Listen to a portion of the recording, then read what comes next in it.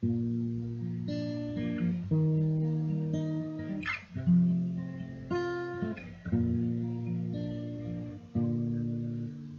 ษาสังก็มมนเหมือนภาษาโปเมเธอว่าเตกำสังก็มหวานจับเจอภาษาไตเนื้อตีเฮาปาตีเฮาเจอว่ามากำเลอก็เขาเจอจูกำภาษาไตเหนือเป็นภาษาของไตเฮาที่คนเฒ่าโจกันปากตั้งแต่เลยมาเมาว่าปูเมาว่าอูนายและตาโจเฮาปากมานับตั้งแต่เฮาเป็นลูกอ่อนละกาอยู่เตอปากกำฝือก็ยังเมาเตาปากกำไตเฮาเขาเจอไหลเมามีสงสัยละกาอยู่เตออยู่จอมฝัน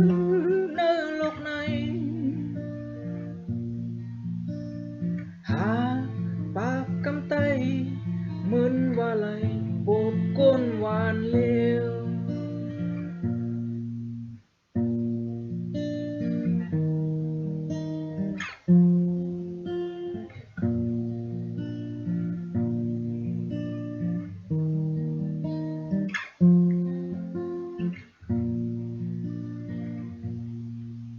ภาษาสังก็มองมนเหมือนภาษาโปเมเฮาว่าเตกำสังก็มหวานจัดเจอภาษาไตเนื้อตีเฮาปาตีเฮาเจอว่ามากำเลอก็เขาเจอจูกำ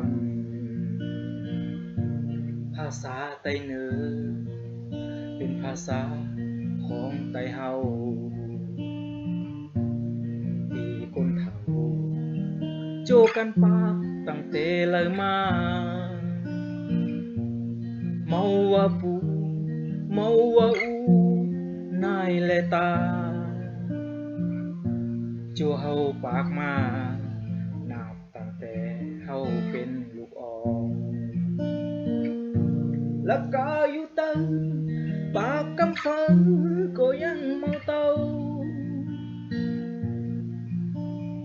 ปากกำไตเฮาเขาเจอไหลเมามีสงสัยละ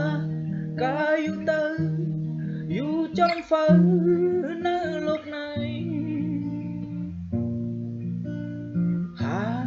ปากกำไตเหมือนว่าไหลโบกก้นหวานเลวภาษาฝือก็บ่เข้าใจเหมือนภาษาโปเมที่เฮาฟังตั้งแต่อยู่ในตองเมาตันเกิดออกมาภาษาไตเนื้อเฮาโจกันปาโจกันหักษาสืบต่อกาเมามีภาษา